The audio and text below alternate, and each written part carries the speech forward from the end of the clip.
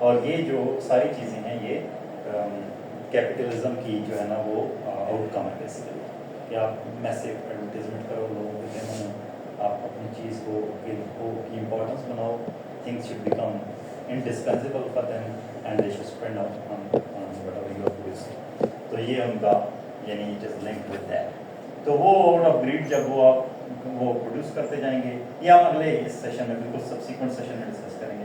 Capitalism کے جو مین critique ہے نا وہ مارکس نے کی ہے اور اس کے فالوورز ہیں، تو وہ ہم اس میں وہاں پہ ڈیٹیل ڈسکس کریں گے. اچھا جی، اچھا تو ایکسیس سپلائی، وہ کلاسیکلز کہتے ہیں ایکسیس سپلائی نہیں ہوتی، سب جتنا پروڈیوس ہوگا اتنا ہی سیل ہو جائے گا. لیکن پچھلے لیکچر میں نے آپ کو بتایا تھا great depression was a big event جس میں ایکسیس سپلائی ہی مسئلہ تھا 1930s والا کہ ایکسیس سپلائی ہو گئی تھی. کلاسیکل کا کیا بلیو ہے کہ جو کچھ پروڈیوس ہو رہا ہے وہ factors of production he produce کر رہے ہیں، ٹھیک ہے، لینڈ، لیبر، کیپٹل، انٹرپرینورشپ، اور وہ ان 4 فیکٹرز آف پروڈکشن میں ہی اس کے ریوارڈ ڈیوائڈ ہو جانے ہیں. ٹھیک ہے، تو اس کا مطلب ہے ایک چیز کی قیمت ہے 1000 روپیہ، تو وہ 1000 روپیہ انڈائریکٹلی ان 4 لوگوں میں ہی ڈیوائڈ ہونا، کچھ کیپٹل کو جائے گا، کچھ لیبر کو جائے گا، کچھ انٹرپرینورشپ کو، کچھ لینڈ کو. تو جب وہ انہی لوگوں کے میں جائے گا تو ان کے پاس یہ کیپیسٹی ہوگی وہ چیز بائی کر لیں. تو جب وہی لوگ وہ چیز بائی کر لیں گے تو ایکسیس سپلائی کا تو سینس ہی نہیں بنتا ان کے مطابق. What ever is produced is sold. وہ کہتے ہیں supply creates its own demand. جتنی بھی آپ سپلائی کریں گے وہ سیل ہو جائے گی. سپلائی جب کریں گے تو اس کا مطلب فیکٹرز آف پروڈکشن آپ نے ہائر کیے ہیں. جب فیکٹر آف پروڈکشن ہائر کیے ہیں تو ان فیکٹرز آف پروڈکشن کو ان کو ریوارڈ ملے گا، اس ریوارڈ سے وہ آپ کی چیز خرید لیں گے. لیکن ایسا ہوا نہیں. گریٹ ڈپریشن نے یہ شو کیا کہ نہیں، ایسا نہیں ہے. Supply there is a possibility of access supply, اور ایکسیس سپلائی میں آپ لوگوں کے پاس چونکہ ابلٹی نہیں ہے بائی کرنے کی، تو پھر کیا کریں؟ پھر تو فیکٹریاں رک جائیں گی، ان کے ویئر ہاؤسز بھر جائیں گے، لوگ ان امپلائڈ ہو جائیں گے. جب لوگ ان امپلائڈ ہو جائیں گے تو مزید جو ان کی ابلٹی ٹو بائی ہے وہ مزید کم ہو جائے گی. تو پھر ایک بڑا میسو لیول ان امپلائمنٹ کا فیز آ جائے گا. اس فیز میں اسٹیٹ کا ایک اسٹرانگ رول ہے کہ وہ میک شیور کرے کہ لوگوں کی جو ابلٹی ٹو بائی ہے وہ انکریز ہو. ٹھیک ہے.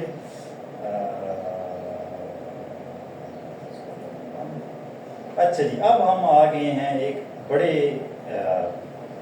یعنی ایک بڑے مائل سٹون میں کی طرف جو کہ کلاسیکل کے بعد آیا.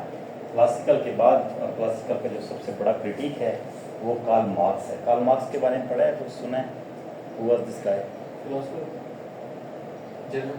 جرمن کیا کہتا ہے؟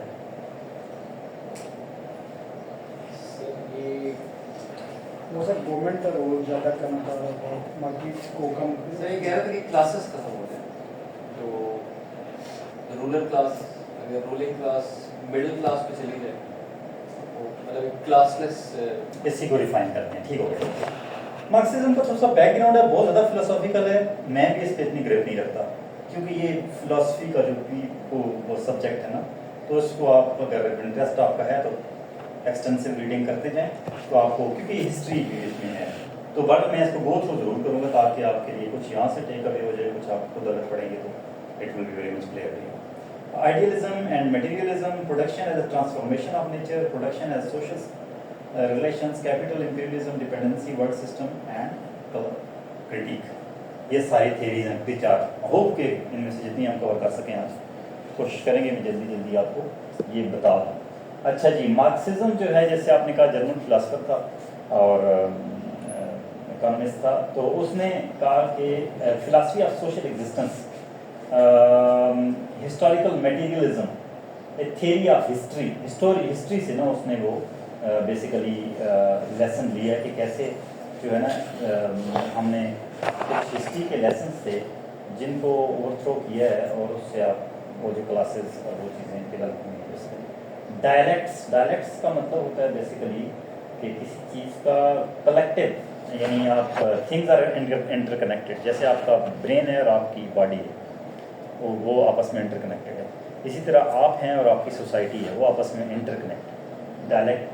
ڈائلیکٹس کا مطلب ہے آپ نے آپ ایک ہول ہے اور ایک اس کا پارٹ ہے، یعنی باڈی آپ کی ہول ہے اور برین اس کا پارٹ ہے، اور ہول اور پارٹ جو ہے نا اس میں کوآپریشن اور کمپٹیشن چلتا رہتا ہے. ڈائلیکٹس جو ہے نا اس میں، تو یہ ہم آگے دیکھیں گے اس کو. جیسے آپ برین آپ کو بعض اوقات کہہ رہا ہوتا ہے کہ آپ کو زیادہ کام کرنا چاہیے, باڈی کہہ رہی ہوتی ہے very much tired, I should slip, I need rest. ٹھیک ہے, برین کہہ رہا ہے نہیں کل تو ایگزام ہے, پڑھنا ہے. اسی طرح انڈیویجول ہے اور اس کی سوسائٹی ہے. انڈیویجول سوسائٹی کا یہ ہے, سوسائٹی کے ساتھ ہی چلتا ہے, لیکن سم ٹائم انڈیویجول کا سوسائٹی سے کلیش بھی آ سکتا ہے. جیسے کلاس کی بات کی ہے شام, ٹھیک ہے, وہ جب کلاس بیس بنتی ہے تو اسی انڈیویجول کا اس سوسائٹی سے کلیش آ جاتا ہے. تو پھر جو ہے وہاں سے ریبیلیس بیہیویئر بنتا ہے, ریوولٹ ہوتا ہے اور سوسائٹی بریک ہوتی ہے.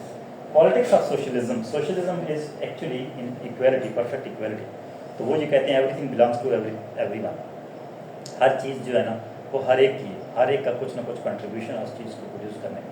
بیسیکلی سوشلزم یہ ہے, meaning collective social control over the economy. تو آپ کے جتنے ریسورسز ہیں they should be belong to society, not to an individual.